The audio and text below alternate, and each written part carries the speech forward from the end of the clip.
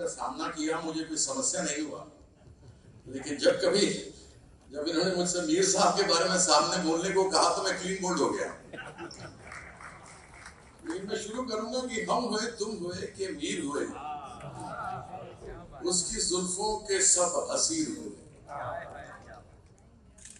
और मैं जब पढ़ता हूँ उनकी और भी बहुत सारी दो चार, मैंने जब शायरी पढ़ी तो मैंने देखा कि जब 1723 में उनका जन्म हुआ, इस जहां में वो आए, 1810 में इंतकाल हुआ।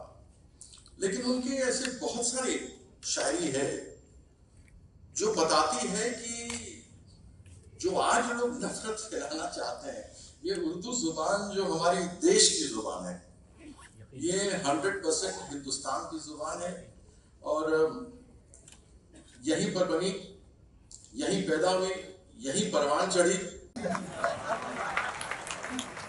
आप इंसानी जज्बात को, दुख दर्द को जिस तरीके से पेश करते हैं, ऐसा लगता है कि दीदी के दिल के तौर पे एतबार बन के आप गुफ्तगू करते हैं और जिस विवेक से काम लेते हैं वो आपका अपना हक है। इन चार हस्तियों के बीच में चार शुरा और शायरात, मैं इन सब का इस्तेमाल करता हूँ। अब आइए हम मुशायरा शुरू करना चाहते हैं। एक मुशायरे की रवायत और तहजीब ये होती है कि मुशायरा जो है, मैं ये भी अर्ज कर दूं यहाँ पे कि ये सब तो ठीक है, लेकिन वो लोग कहते हैं वही शम्मा फरोजा, लेकिन मोम के जिस्म में धागे का जिगर जलता है, वो हमारे सामने नहीं है। मगर सेक्रेटरी को मैं अगर नजरअंदाज कर दूं तो आधी दुनिया को नजरअंदाज कर दूंगा। गवर्नर से तशरीफ लाए हुए मोहतरम खालिद कैसर साहब ITS, उनकी खिदमत में गुलदस्ता उतरी और मेमेंटो पेश करने के लिए मैं जमा देना चाहूँगा। मुख्तार जी साहब को तशरीफ लाए और खालिद कैसर साहब की खिदमत में गुलदस्ता उतरी और मेमेंटो पेश, गुलदस्ता शॉल और मेमेंटो पेश करें। हसन काज़मी साहब की खिदमत में तारीखी मुशायरा इन मानों में है कि मीर तकी मीर उर्दू का बहुत ही अहम शायर, जिसपे उर्दू अकेडमी ने सहरोजा सेमिनार किया। बैरूनी रियासत से बहुत सारे शोरा उलमा यहाँ तशरीफ लाए। मीर तकी मीर को एक नए अंदाज में हमारे सामने पेश करने की कोशिश की है। ऐसा महसूस हो रहा था उर्दू अकेडमी के हॉल में कि मीर तकी मीर हमारे दरमियान बैठा हुआ सांस ले रहा है, किसी कोने में बैठा हुआ कोई गुनगुना रहा है, या किसी कोने में बैठा हुआ ये कह रहा है कि पत्ता पत्ता बूटा बूटा हाला माला जाने न जाने गुली न जाने वक्त सब। मेरे आगे और भी बहुत सारे लोग कहना चाहते हैं, आप लोग यहाँ इसका पूरा आनंद उठाएं। खाली इतना गुजारिश है आप लोगों से, प्रोग्राम पसंद है, जितने भी शायर लोगों का कलाम पसंद है आपको, तो व्हाट्सएप पर जब जैसे आप लोग इतना मैसेज भेजते हैं तो भेजे कि आज यहाँ उर्दू अकेडमी ने और नदीम भाई ने अच्छा काम किया और इस शायर का काम अच्छा किया, उसको भी थोड़ा व्हाट्सएप के जरिए लोगों तक, सोशल मीडिया के लोगों तक पहुँचाइए, ताकि लोगों को पता चले कि जो आज यहाँ नहीं आए हैं उनसे कुछ न कुछ छूट गया है। शुक्रिया, धन्यवाद। भाई ने दावत दी और आपके बीच आऊं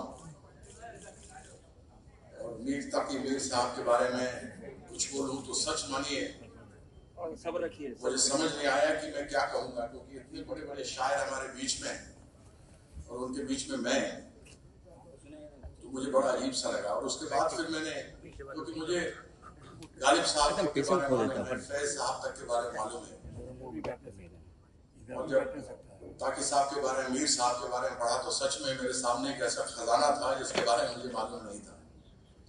मैं आपका बड़ा शुक्रगुजार हूँ और खास करके उर्दू अकेडमी का मैं बहुत बहुत शुक्रगुजार हूँ। जैसा आपने मेरा खैर मकदम और इस्तिकबाल किया है, मेरे पास वो लफ्ज़ नहीं है कि किस प्रकार से मैं आपका शुक्रिया अदा कर सकूँ।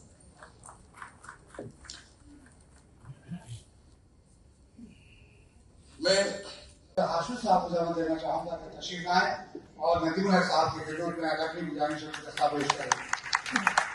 आशुष साहब।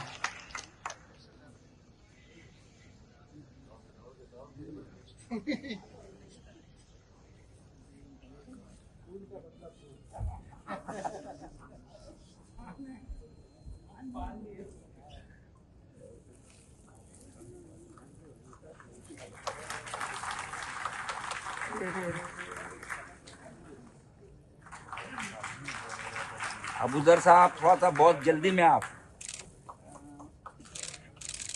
ठीक है। पे जो है आज की ये महफिल सजाई गई है, लेकिन मुझे इस बात का एहसास है, मुझे से मुराद उर्दू अकेडमी को इस बात का एहसास है, किसी तरह ही मुशाहदे से जो है हमारा ज़हरुद्दीन मुनव्वर नहीं हो सकता। इसलिए यहाँ जितने भी शुरा शायरात मौजूद हैं, यकीनन हम उनको जी भर कर सुनना चाहते हैं और आप निहायत ही तनदेही के साथ, ईमानदारी के साथ, दिल जमई के साथ यहाँ बैठिए। आज का मुशायरा बहुत ही शानदार होगा, इसलिए जो शोरा या लोगों के फितरत में बनी हुई है। लेकिन मीर साहब की जब मुझे एक वो दाइयां याद आती हैं, मीर के दीन और मजहब को पूछो क्या हो उनने तो कशका खींचा देर में बैठा, कब का तर्क इस्लाम किया। अब मुझे बताइए, उस जमाने में, जिस जमाने में यह इल्जाम लगाया जाता है कि आपसी धर्म और मजहब में तोड़ फोड़ थी, उस जमाने में जब 1723 में मीर साहब का जन्म हुआ तो 20 साल 25 साल 30 साल बाद उन्होंने लिखा होगा, मतलब 1750 के आसपास की बात रही होगी। और जब ऐसा जज्बा और ऐसी सोच लोगों में थी तो देश कहां बटा था उस समय, मेरे तो समझ में नहीं आता। लोग इस समय अंग्रेजों के खिलाफ लड़ाई में लगे हुए थे, न कि आपसे में अपने ये भेदभाव करने में लगे। मैं और पढ़ूंगा और जानूंगा और समझने की कोशिश करूंगा। साहब उसके जो इंजन है और उसके बाद शादी हैदर साहब जो है वो तस्वीर लगाते हैं। तमाम मेंबरों की मौजूदगी में उनके इशारा किराए पे कामकाज होते हैं। उनकी खिदमत में अकादमी जाहिर से तारीफ पेश करने के लिए मैं शौकत अली साहब को जहमत दे रहा हूँ कि तशरीफ लाए और शादी हैदर साहब की खिदमत में उर्दू अकेडमी दोनों इस तरीके से आके